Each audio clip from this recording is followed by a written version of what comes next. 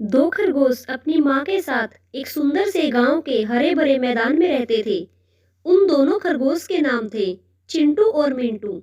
चिंटू बहुत ही नटखट था और पिंटू बिल्कुल उसके अपोजिट बहुत ही शांत स्वभाव का था।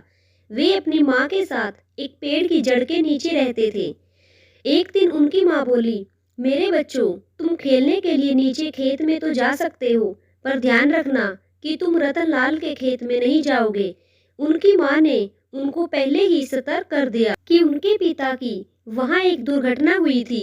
रतनलाल बहुत ही खतरनाक आदमी है, उनसे दूर रहने में ही हमारी समझदारी है। माँ ने उन्हें हर बार की तरह चेतावनी दी। अब चलो और शरारत में न पड़ो, मैं बाहर जा रही हूँ। ये सब बोलकर खरगोश की माँ अपना बैग और छाता लेकर घर से बाहर निकली। मिंटू, जो एक होशियार और समझदार खरगोश था, उसने बाजू वाले खेत में जाने का फैसला किया। चिंटू ने मिंटू के साथ जाने से मना कर दिया और वह दौड़कर रतनलाल के बगीचे में चला गया। रतनलाल का बगीचा बहुत ही सुंदर और बड़ा था। उसमें फल और सब्जियां भरपूर मात्रा में लगे हुए थे। चिंटू ने सोचा कि इस खेत में तो खाने को बहुत आसानी से मिल जाएगा। चिंटू खरगोश ने बहुत ही सब्जी और फल खाया। बहुत ही खाने के बाद चिंटू के पेट में दर्द होने लगा। फिर भी वह उसकी परवाह ना करता, लालच के कारण खाता ही चला गया। चिंटू गाजर खाते वक्त आगे चला गया, तभी उसे रतनलाल पौधों में पानी देता दिखा। वह सावधानी से पीछे जाने लगा। तभी रतनलाल की नजर चिंटू खरगोश पर पड़ी। रतनलाल पानी का पाइप वहीं छोड़ के चिंटू के पीछे गुस्से से भागने लगा। खरगोश अब बहुत ही डरा हुआ था। अब वह पूरे बगीचे में भाग रहा था। डर के कारण वह गेट के पीछे का रास्ता भी भूल गया था और डर के मारे भागते वक्त उसने अपने दोनों जूते भी खो दिए थे।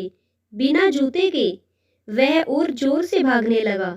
चिंटू भागते हुए रतनलाल के गैराज के पीछे जाकर छिप गया।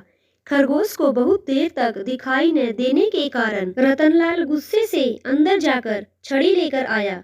रतनलाल बहुत ही निश्चित था कि वह खरगोश अपने ही बगीचे में छिपा हुआ है। वह बगीचे में ध्यान से देखने लगा। तभी चिंटू ने गलती से छींक दिया। छींक की आवाज सुनकर रतनलाल मुड़ गया और आवाज की तरफ भागने लगा। रतनलाल को आते देखकर चिंटू जल्दी से गैराज की खिड़की से कूद गया, जो कि बहुत ही छोटा था, जिसे रतनलाल नहीं जा सका।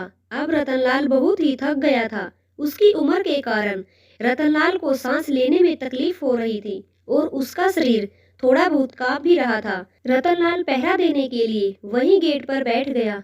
चिंटू ने देखा कि बाहर निकलने के लिए दूसरा रास्ता खुला था, पर उससे जाने के लिए रतनलाल के पास से जाना पड़ता था। पर अब उसके पास एक ही मौका था, रतनलाल के पास से गुजर जाना, और चिंटू ने वह मौका नहीं छोड़ा।